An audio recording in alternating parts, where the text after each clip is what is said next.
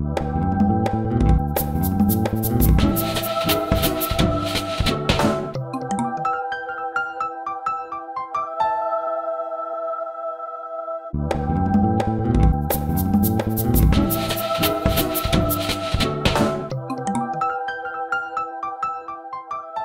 think one of the main issues that the UK and the rest of Europe faces is the challenges of recession and a period of fiscal austerity for those people who are amongst the most disadvantaged groups in the labour market.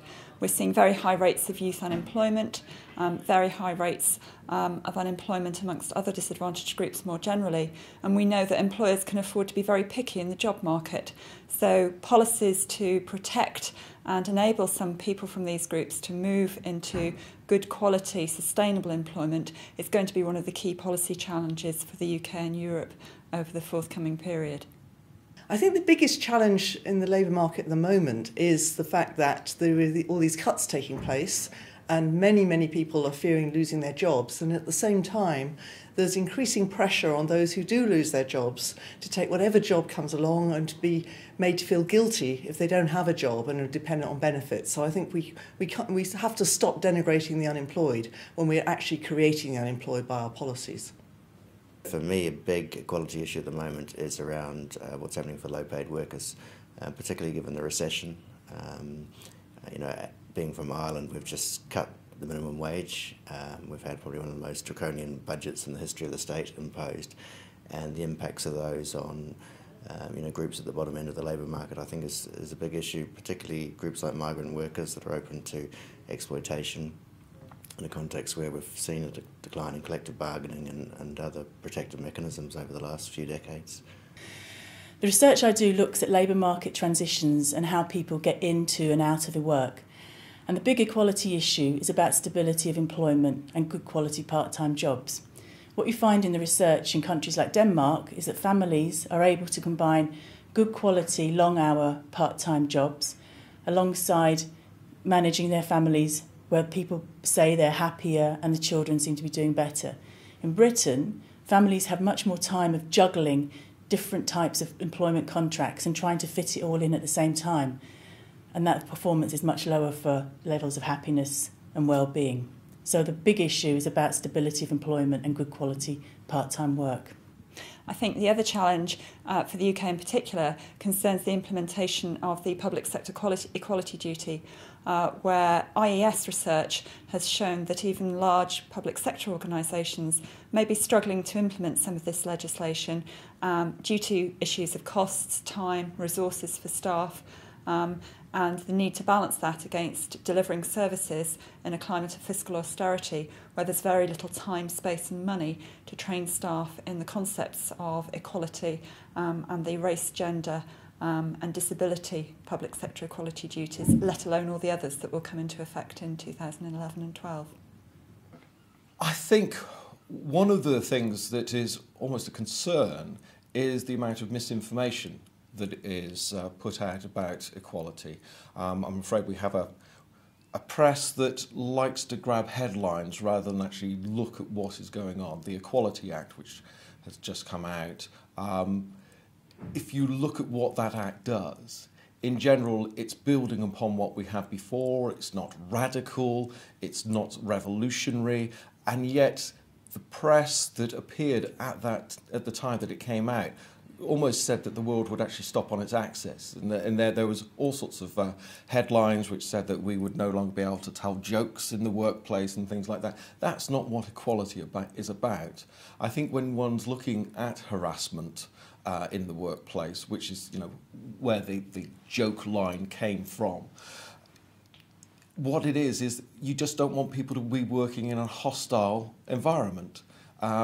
Banter is banter. We can all have a joke about something, but there is a perceptible difference between what is banter about, something that you're talking about with a friend, and the lines to be drawn, and somebody feeling degraded and offended by what is being said. And I think that sort of thing is very key. And I think the misinformation about that sort of thing has been problematic in getting over what the Equality Act is trying to do.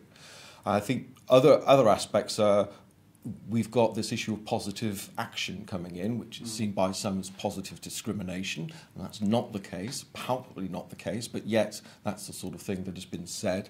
I think the Daily Express said when the idea first came out about positive action, it said, white man is banned from job, and that was it. That was the sort of like starting point. It's not. What is equality is about creating an even playing field, not about excluding or one set of people or another set of people. So I think that's the sort of message that doesn't really get out there, and people just want to sort of have that snappy headline. For us, our biggest agenda is about inequality and how we reduce inequality in the city. And so some of the interesting areas for me, I guess, are around issues about how poverty interacts with equality strands.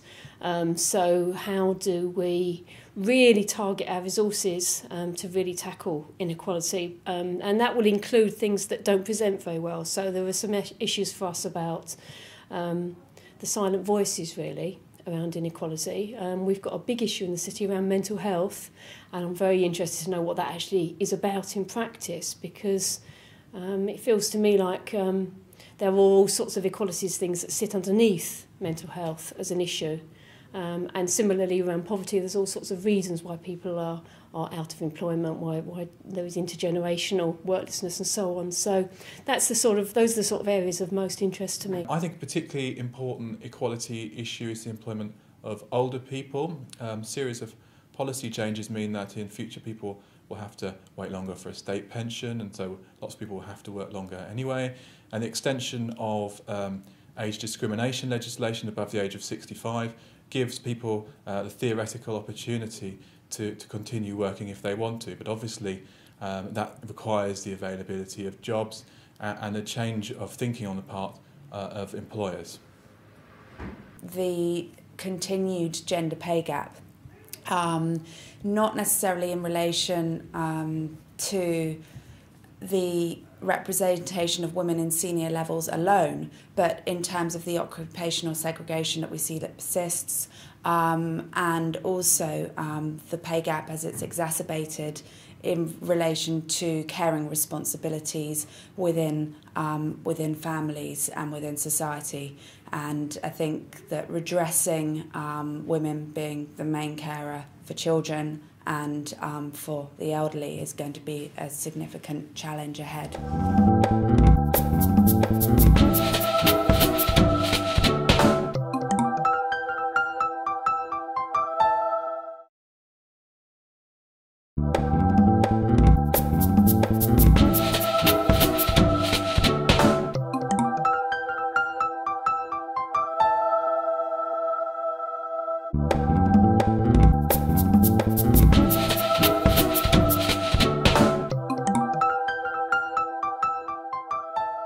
Fairness at work.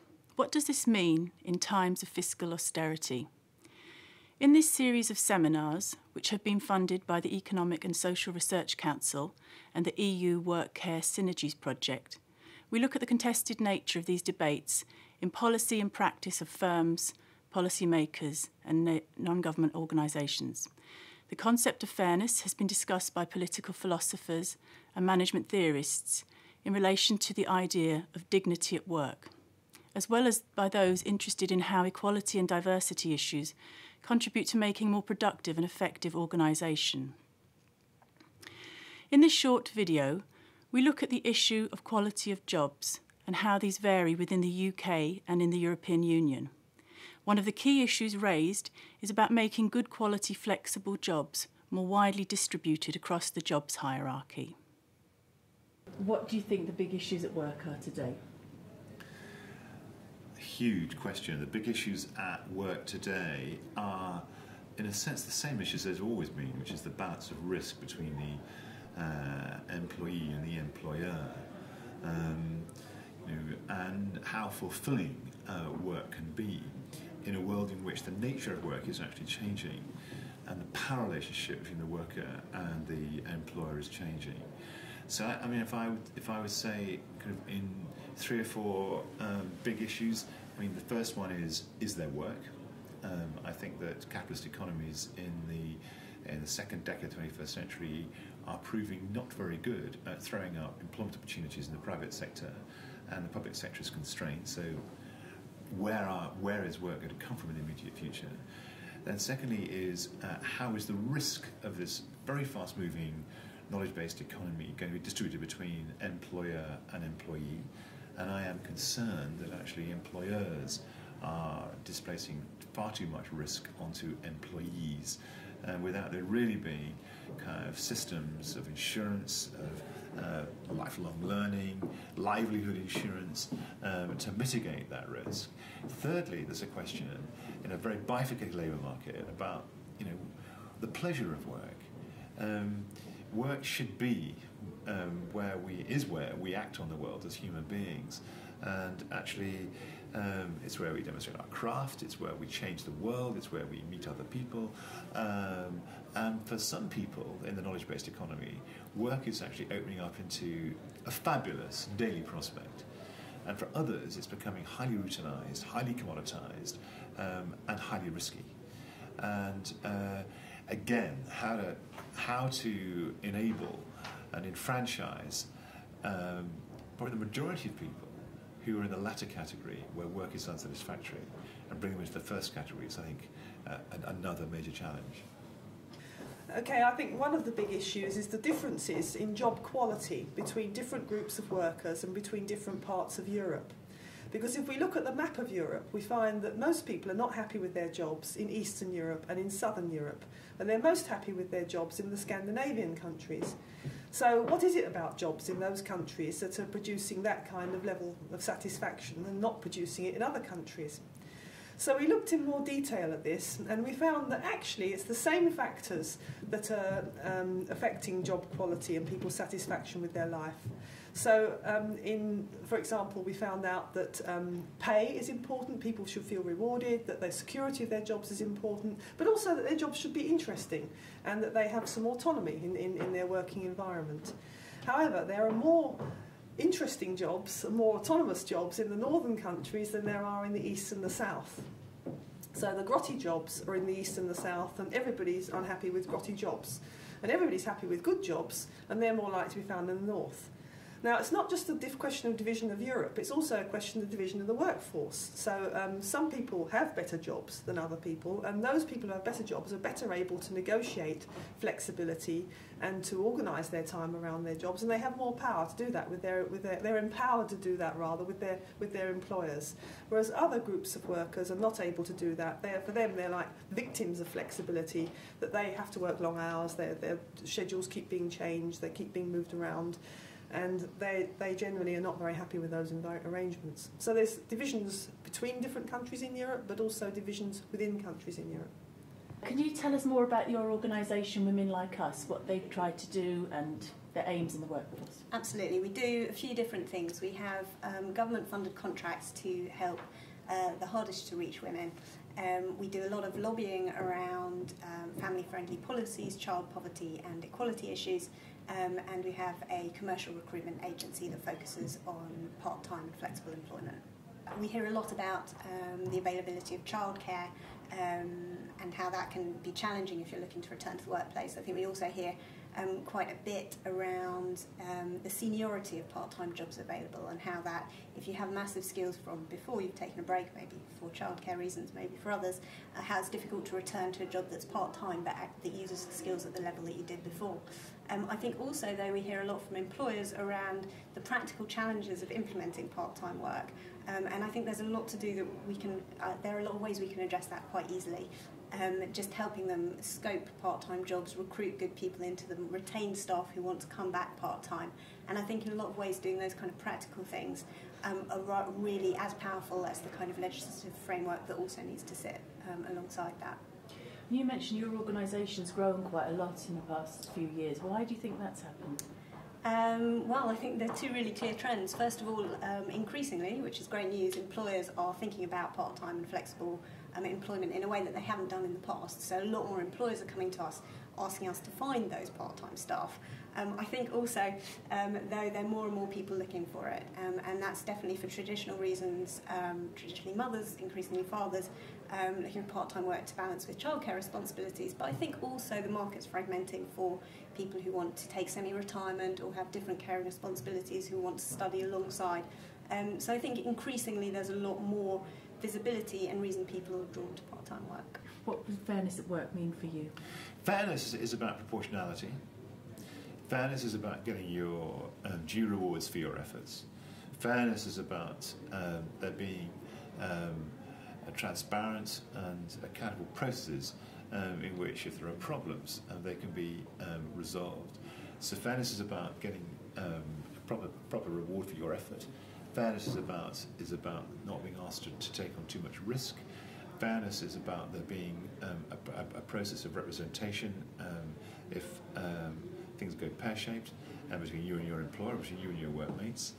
And I think fairness is also about being able to house work in a way in which you have the opportunity to demonstrate your talents. Now, I mean, that is how I see fairness, and it throws up major issues about pay dispersion. I think pay at the top is particularly in the private sector, is outstripping any reasonable relationship between effort and contribution.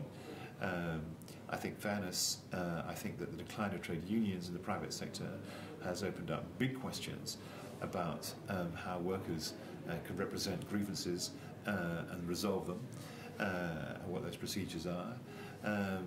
And I think that the character of work has actually allowed a kind of, if you like, disproportionate ability for knowledge workers to get great satisfaction from their work, and disproportionate inability of non-knowledge workers actually to have unsatisfying work. So I think that the fairness at work agenda opens up major issues on pay, on the character of work, relationship between employer and employee, and I think there's an ongoing. I mean, I'm very fearful that this new capitalism is actually accentuating kind of long-standing gender biases in work, and that some of the advances women have made are going to be frozen or reversed.